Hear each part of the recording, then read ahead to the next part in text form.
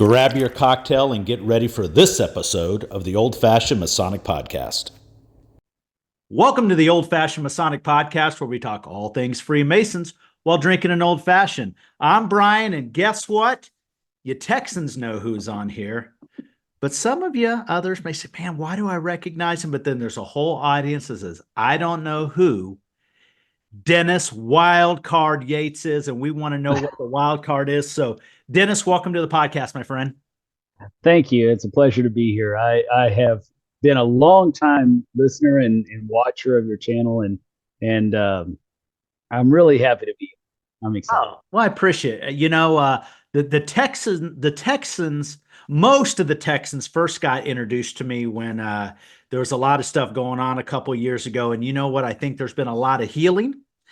And so we're definitely pointed in the right direction. I'm excited about the direction of Texas Masonry. So that's very cool. So you're a listener, a longtime listener. So you know on the podcast, we like to know as much about the man as we do just the Mason. So yes, Masonry to the side, my friend.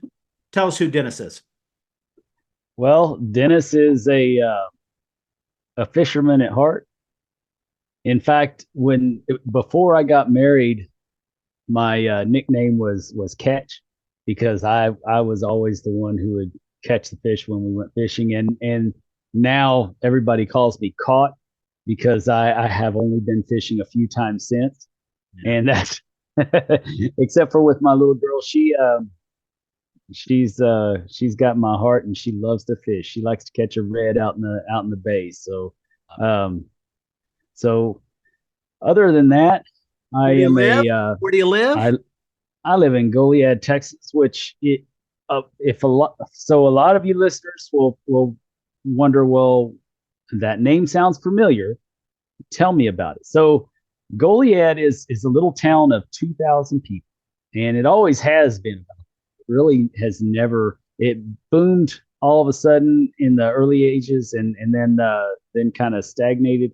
However, the reason why you know that is because it was where the Goliad Massacre was. And anyone that's a Texas history buff knows that that's where Santa Anna ordered that our troops be slaughtered after we had surrendered. He ordered that we be slaughtered, and it was because of that delay, that pause dealing with Goliad, that Sam Houston was able to gather the troops up in Gonzales and get ready for the final stand. And yes, and so it's a town of martyrdom, really, but for good reason. If it wasn't for Goliad, Texas probably wouldn't be here. In our history books, it says, "Remember the Alamo, remember Goliad," and so it's pretty important little city. Yeah, for sure. For sure. This is where my home lodge is. I'm originally from the Dallas area, and I love the Dallas area, but this is where I live now. I am a communications technician by trade for AT&T, and I'm also an entrepreneur and a property developer. My wife and I also own several rent properties, and just kind of do that. Can't wait to sell them all and buy a big hacienda in Mexico. Nice. So you're a hustler, a little entrepreneur and a hustler. Is that fair to say?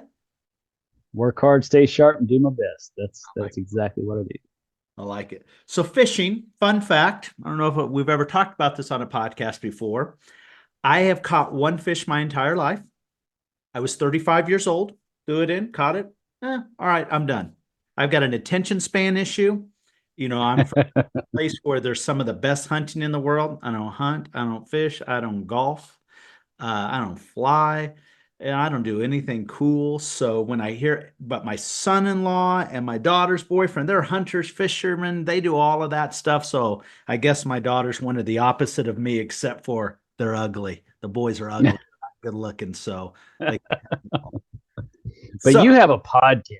Oh, and a YouTube channel. Oh, well, And that, let me tell you, tens of people know who I am now. So yes, that's and that is a skill set right there. oh yeah. Keeping their attention Oh is a gosh. skill Well, set. that's to be determined, my friend. So you delve in, you touched a little bit about masonry. So walk us through your Masonic journey from where you began and where you're at today. And I'm gonna come in later and clean up what you forgot because I've got this 87-page bio on you. So if you forget something, I got Wow. Um, let's see. I began my career, Masonic career, somewhat late in life. I was 39 when I became a Mason. I had always been interested in Masonry. All the people that my family talked about, um, well, in my older family, um, were Masons, and they all held them in high regard. My father was not a Mason. He was one of those that slipped through the cracks, just like many of our Vietnam era Masons, the ones who just kind of stuck it to the man, right? it. But everybody before that, and I really didn't know that. I knew my grandfather was. And so it took me a while. I didn't really feel worthy to do it yet. I didn't feel like I deserved that honor and respect yet. And so because I always understood it to be a place of high position, and not just because you get things or whatever, but because everybody revered all the Masons in my life. And so I didn't really feel like I was worthy of that title. So I finally ended up joining up in McKinney, Texas, St. John's number 51, which is a Vanguard Lodge. And if you're not from Texas, then you don't know that a Vanguard Lodge is a lodge that meets certain requirements that basically, if you're doing all these things in Masonry, you're doing Freemasonry. It talks about your different fundraisers, your different your community outreach, the different graded degrees, things like that. I mean, it's just all the things that Masons should be doing right. That's what we're talking about. Top shelf. It's your top shelf. Yes, yes, it's recognized top shelf.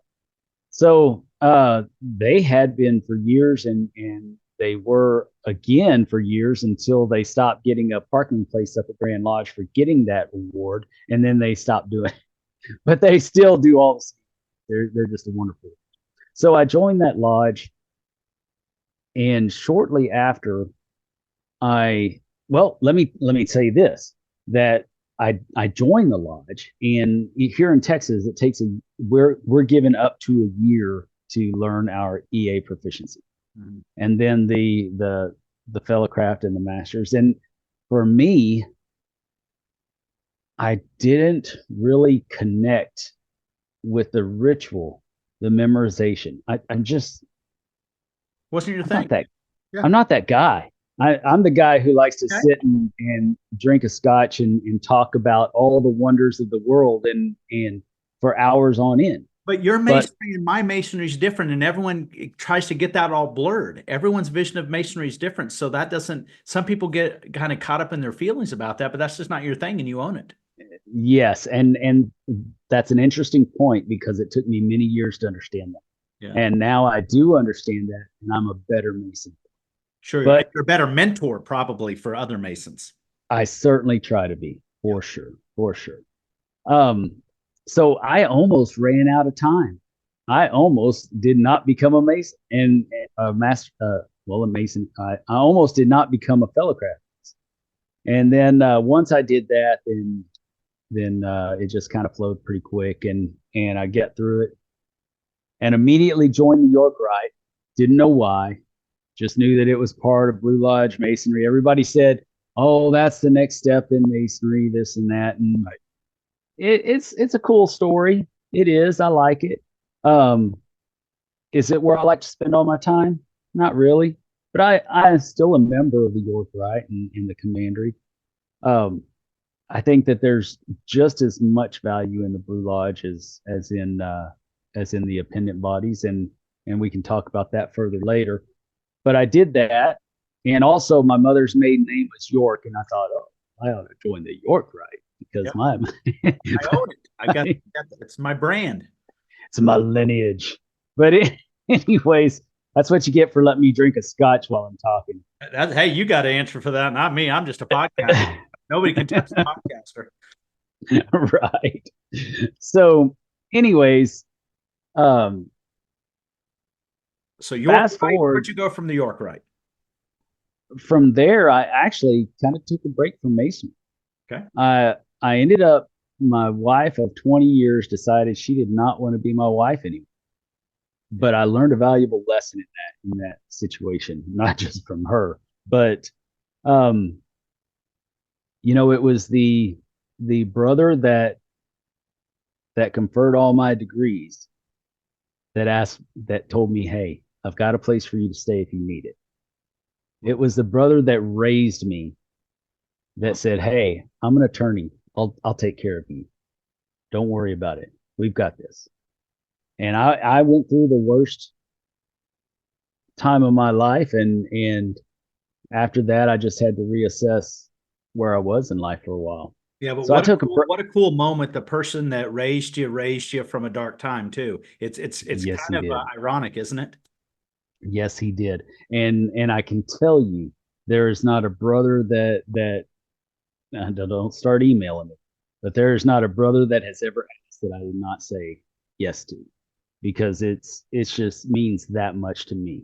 I really get that lesson where a lot of us don't always see those little nuggets. Fortunately, they don't have to, and that's a good thing. Yep. Fair. But I went through that, went fishing for 2 years, went down to South Texas, went fishing for 2 years, and then met my new wife, and we moved to Goliad, Texas. And in Goliad, I decided, you know what? I'm finally back in a stable life. I'd like good headspace. Yes, I'd like to get back involved. And when I did, I just hit the ground running. Love it. I immediately, as with anybody that joins the lodge, I immediately got put in the line and started working my way up and ended up becoming master. I'm past master of Goliad 94, which one of the best years of my life. And that was through COVID. And it was one of the best years of my life. Wow. And we can go into that a little bit. Texas Masonry shut down to COVID. Could you guys still have lodge meetings in Kansas? No, we were shut down. However, you just don't tell South Texas guys what to do. So we did not officially have lodge. Let's make that very clear. I do not want Masonic. You better be careful. You know how Grand Lodge in Texas likes to get wild. You have to be careful. That's okay. There's a lot more they could get me for if they want. So we basically decided to use that time to clean up the lodge. I love it. And we painted, remodeled. You saw that camaraderie. I love it. Yes, you saw that original floor that we had. We pulled the old 80s carpet off the floor. In fact, it was refurbished 80s carpet from another lodge that was in that lodge, and we pulled it off the floor and we stripped the floors and redid them. Beautiful hardwood floors underneath, and now the lodge is just a magnificent example of what a lodge should and can look like. Oh, I love it. I love it. So that was the work we did then. And then I joined after I became the master of the lodge, I joined the Scottish Rite. And when I found the Scottish Rite, I found my people. And actually, it goes before that. My two main mentors, Chris Williams and Bradley Kohanke, I went to officer leadership training as I was moving up in the line because I didn't want to fail my lodge. And they were on the education committee for the Grand Lodge of Texas. And for some reason, they just took hold of me. And I tell people that really they found me. And when they found me, I found them. And they were heavy into the Scottish Rite. They're not only admin geniuses, but they're also philosophical geniuses. And so I just really felt at home there, put all my time there. Um, After that, I went on to, to start saying yes to where I could help. I became District Deputy Grand Master in 2022. I also served on the Education Committee for the Grand Lodge of Texas as well. I am still serving on the Education Committee for the San Antonio Valley Scottish Rite. Yep. Uh, I am the personal representative for the Grand Lodge of Quintana in Mexico, which is if you don't know where that is, that's the Cozumel and Cancun area.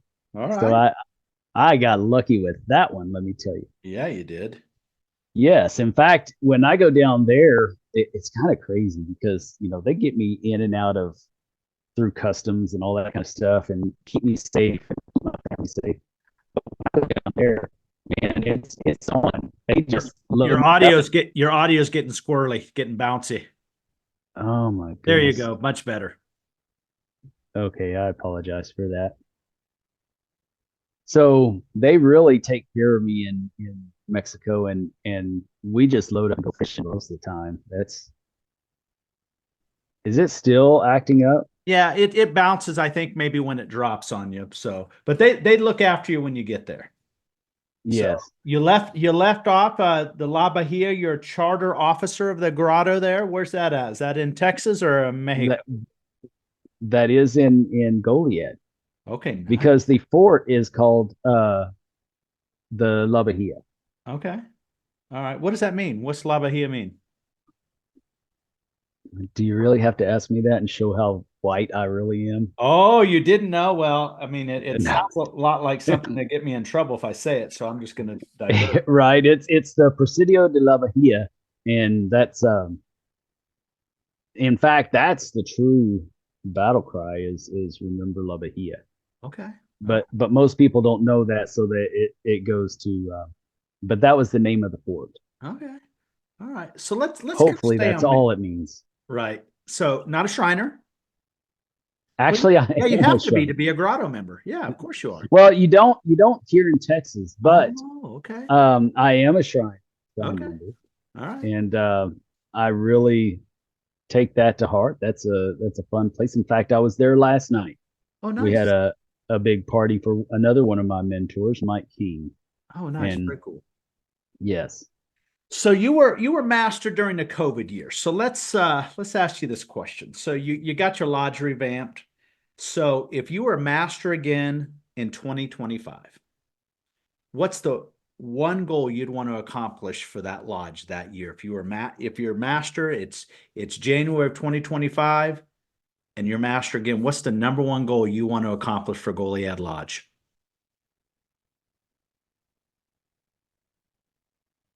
Unity. All right. Well, I've never heard the answer. Okay. All right. A unity with all the bodies or Masonry, just unity, all the above? Unity within the body. Basically, we have wonderful fellowship. And we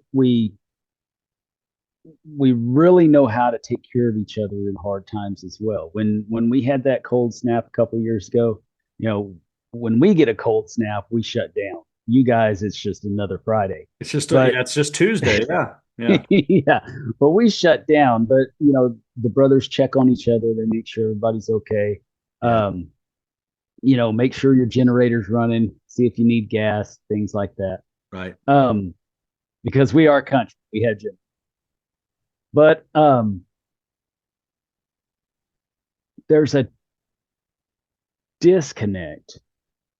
And I see this all across Texas, really. There's a disconnect between the mentor generation and the new Mason. Okay. And I would like to unify that so that we can realize our full potential. Well, you keep a consistent message if you can get that cleaned up too, because I think the message varies from what Dennis might tell somebody to what Byrd might tell somebody, and it should all still be the same script, right? You're absolutely right. In fact, we're working on mentorship program at Oso Naval Lodge, where I'm a secretary. I left that out. Um, we are currently working on a mentorship program there, for that very reason, so that we are intentional with our Freemasonry. Just like we're intentional with business, we should be intentional with Freemasonry. I Sure. know you believe in that. I've seen it on your show before, but it's on our show a lot as well, Sonic Improvement. And I strongly believe it. And I think that it begins with mentorship when that gentleman walks through the door the very first time. We should be pairing people with that person to walk them through the experience and to be there whenever the need arises. I agree. I agree. And I think, if we're going to have the mantra, we make good men better, then it starts with the mentorship. So I agree. Right. We're 100% aligned. Absolutely. 100% aligned. So, what kind of Grand Lodge aspirations do you have, my friend? Or do you have any? So I know in Texas, you guys make yourself available. And I know 2025 wasn't a thing on the make available. So is there ever a time, you don't have to mention a year, that you think that, you know what, I may make myself available? I certainly could see myself there. Okay. And I would not shy away from it when the time arises. I believe that you're absolutely right. We are in a unique position this year in Texas, where we had a schism that happened that is probably long overdue with many Grand Lodges. Hmm. And it's a matter of reminding the Grand Lodge that the Grand West actually is the vote. You Grand are West, Grand Lodge. that's right. The Grand West is Grand Lodge, and we make the decisions. And I think that last year reflected that. And now we're in of course it's a time of healing, but it's also a time of optimism and possibility. And Well put. that is a great place to be. And if the time comes when I don't believe we have someone in making themselves available to continue that legacy, then I will be in place. Fair. For sure. Because I just I can't sit around. I'm not one of those guys to sit around and watch the world crumble around me. Yep. Fair. Yeah. I think when all the debacle was going on, I kind of say this, it was good for this reason. Sometimes when you have everybody over for family dinner, every once in a while, there's some yelling across the table. But at the end of that yelling and those hurt feelings, it gets it all out on the table so we can move forward. And I think all of that venom, all that nonsense, all of the shade, insert whatever that needed to get out of people's system, it needed to get out. So we say, all right, are we done? Let's move Right. forward, because it was crazy. And, watching it from afar, but yet close enough because I've got a really good relationship with a lot of Texas brothers. Yeah. It was quite terrifying because all eyes were on Texas, and not necessarily for the right reasons. But at the end of the day, the way that it's been resolved, I would argue that Texas is leaning to be the poster child of shit can get wild. And you know what? We can come out because the Grand West will come together and we will step up and help solve that problem. So I think what you guys did as Texas Masons was unbelievable and very timely. Yes. Thank you. Thank you. And I agree. I think that was an opportunity, something we don't see in today's political atmosphere. Yeah. That was an opportunity to see true democracy at work. And in a non-democratic organization, let's just be honest, right? Well, yes, Yeah. yes, yes, absolutely. But it was a way to see the real process, how it's supposed to work. 100%. and it was a magnificent thing. And to see our auditorium, our Grand Lodge filled, uh, you just got to be there. Our Grand Lodge seats around 3,000 people, and we usually have paper aprons for people who don't bring their own aprons. Yeah. We ran out. They had to do a quick announcement. The Grand Master had to make a quick decision to allow people in without their aprons because we had so many people there. And to it, if you ever get a chance to be in a huge assembly like that and hear everyone say "so mote it be" at the same time, Yeah. man, it's a moment you will never ever forget. Yeah, I think it's great. And, unfortunately, I'm a big proponent. Folks need to be going to their Grand Lodge sessions and voting and let their vote be known Yes. to the voting delegates. But it's unfortunate that it took all that chaos to basically get all the butts in seats. But man, once you get there and you get that problem solved, from the pub crawls to the honky tonk to the concert, the Grand Lodge of Texas, it's a show.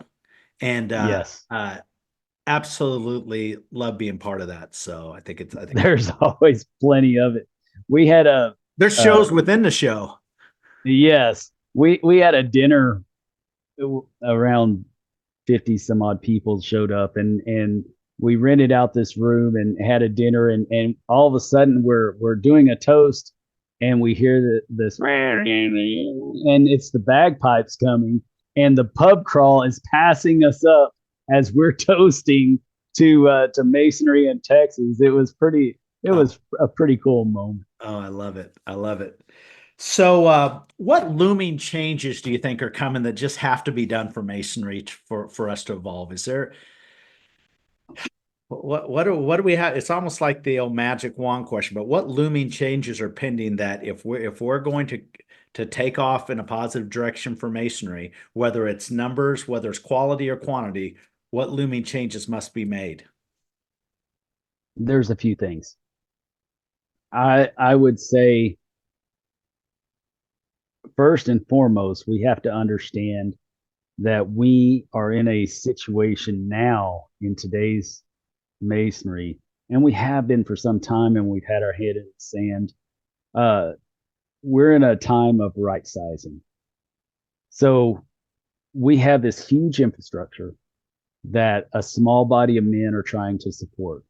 And granted, 54,000 members in the state of Texas is not a small body by any means. Right. However, in our heyday, I think it was over 1 million, in Texas, and that's a huge feat to try to support. Mm-hmm. And we're past the days of not having transportation and needing a lodge in every little city. Right. Throughout our regions, and it's time to really look at that and accept the fact that we need to right size so that we don't continue to deplete our own resources. Yeah, that's number one. It is that we have to understand that the grandiose days of Masonry, the dog and pony show, is over. And which I am not disappointed with. I really am glad, because you're seeing a lot more education and a lot more other things happening right now that you haven't seen in many, many years. Yeah. But let's get back to the right sizing. So we are in a declining membership. We have been for quite some time. It's not going to stop. It's something that's just going to happen until we hit that magic number. Yep. And so at this time, we need to be focused on, I apologize for the delay. My wife said, watch your ums. And so it's fine. I've got more ums than anybody out there. I know, right? So in this right sizing moment, we have to prepare ourselves and become the Masons that we would want to meet if we were walking in the door for the first time. And we have to realize who our new Mason is. We're the It's brand. We are the brand. The men are the brand. It's not that square and compasses. We're the brand. You're right. That to be one, ask one thing is the worst marketing scheme ever. And I don't agree with it. I think that if we're living life right, people see that we're excited about what we're members of and they want to be a part of it too, especially when we're the movers and shakers of our communities and we're doing what we should be doing as Masons. Yep. You know, brand. Yes, absolutely. It's funny because one of the charter members of my lodge founded my church as well. And my church was kind of about me being a Mason at first. Now we have 5 Masons in my church, just simply because they got to know me and they got to understand what I'm about, and they got excited and wanted to join also. In fact, our current worship master is a brother from my church as well. I love it. So it's the proof is in the pudding. If we allow ourselves to understand where we are, and we don't need to put down where we come from by any means. We don't need to put down where we come from. There are some very good men that kept this thing going through the hardest times for us so that we had this opportunity today. However, we do need to be open to the new reality and the possibilities that could be there for us if we were to entertain that new brand. We have to, within that right sizing, we have to have a mission. We have to have goals. We have to have a mission statement. We have to know what we stand for. What do Masons do that no other organization does? We do ritual. We mentor each other. We are not only are we the apprentice, which we always are the apprentice to someone, but we are also the mentor.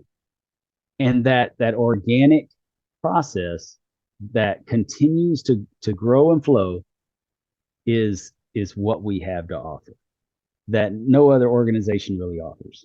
And because we don't do a great job with the message, let's just be frank, is that part of the reason why you think men aren't joining today?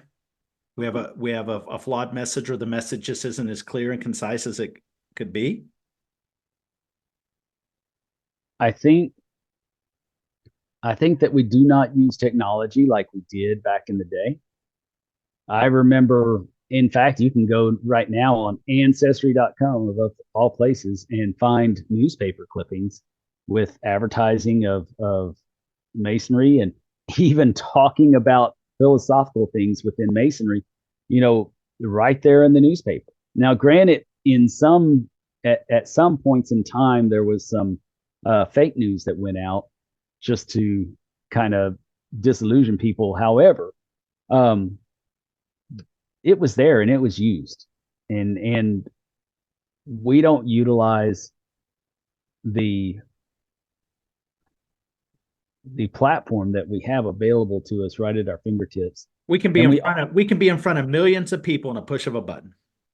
Yes, and that's why I applaud what you're doing, and that's why I'm certainly a part of Masonic improvement. Yep. Because it really, I think it makes a difference. There are so many brothers out there, not just new people wanting to come in, but there's so many brothers out there that feel like they're on an island because the Masonry they know is in their little lodge. Sure. And everything else is 50 miles away. So, at least in some cases, yeah. Yes, especially in Texas. We have parts of Texas where you go through and you see this ghost town and you see where there used to be a lodge, but it could be 4 or 5 counties over that you see your first or lodge. Frankly, there's a lodge in there that's just inactive and it doesn't entice anybody to come there because it's your same 4 87-year-old guys in there that just don't want to have any change. Yes. So, and yes. That's the reality. It happens in every jurisdiction. We all know that lodge. That lodge, yes. We know those guys. They're the ones complaining the most. There's 2 things I always say that Masons hate. Masons hate the way things are, and Masons hate change. And that's a problem. Those two hates just don't align, right? And we've got to do better. The collective we. I agree. I agree. So And you hit on an extremely important thing, which is the brothers that they just want to do it the way that they remember it, the way it's always been. And what they don't realize is that the way that it's always been today is, or the way it was, in the 80s, 70s when they went through, the way it always was is not the way it used to be. right. 20, 30 years before that, it was different. 20, 30 years before that, it was different. Heck, you know, we have different people that have published documents on the failing masonry and how we're not reaching the public even 100 years ago, and how education is lost and people aren't doing, the lodges aren't doing what they should be doing with education. Can you imagine 100 years ago, whenever our ciphers came out and before everything was mouth to ear? Can you imagine how people lost their damn mind when somebody even brought that? You're going to print what? You're going to do what? Somebody's going to figure it out and know all of our secrets. Oh, wow, they're really secret. So, Right. yeah, and they'll be like, oh, Especially today. Yeah. Yes, especially today. I mean, you got to be able to disseminate what's truth and not, but it's there. I mean, Yeah. you can find it. Yeah, you really can't. There's some things, as you know, that we keep pretty sacred, and everything's written out in the Library of Congress. You can find it out, but there's just a few ways that we can distinguish ourselves as Masons, and I think that's kind of fun. And everyone knows that the secret handshake involves the hand and the blocking of the eyes. We all know that, and I know I Yes. let that out on occasion, and I'm just waiting for the Masonic charges because I slip and forget that I can't talk about that every time. So. I agree. I agree. So I had a couple of things I want to throw at you. I want to throw a question you may not have heard before, and then before we get to the most important question of the podcast. So I got a question for you. There's a magic, there's a magic pill I have in my hand. This magic pill, if you take it, you will stay your same age, but in perfect health for the next 150 years. Do you take it or not? And you're the only one that can take it. Nobody else can. Wow. Wow. You stay your same age in perfect health, and you live for 150 more years. 150 more years.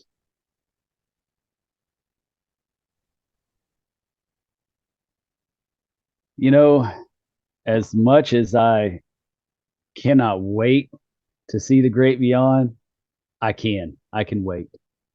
I would love to see what's going to happen in the next 150 years. I would love to be a part of that.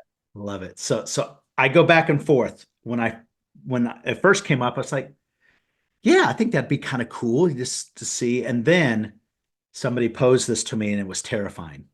Well, that means you're going to bury your children, your grandchildren, and your grandchildren's kids. Like, oh, that's awful to see that part of it. It's like, oh my gosh, can I emotionally deal with all that?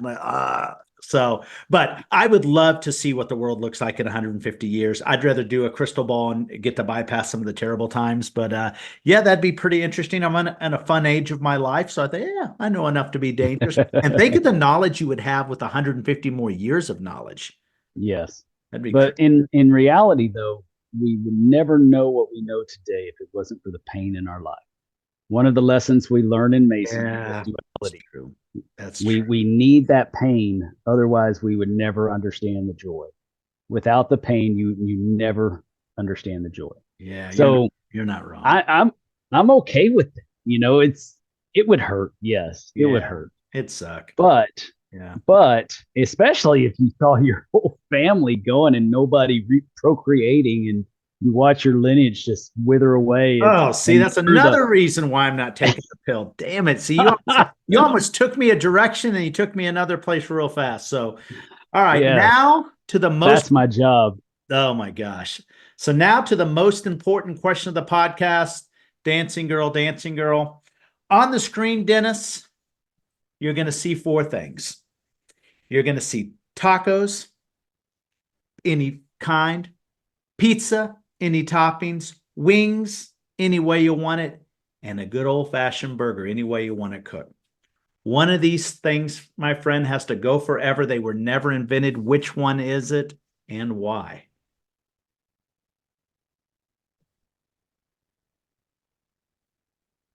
Wings.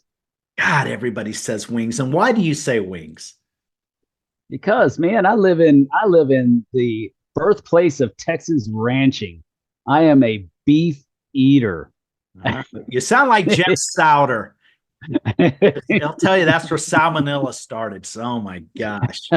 Yes, that's so funny. Oh my gosh. Dennis, I appreciate it. Thanks for coming on the podcast. And I just love being able to share an opportunity with another Texas brother. Cheers. Thank you for having me.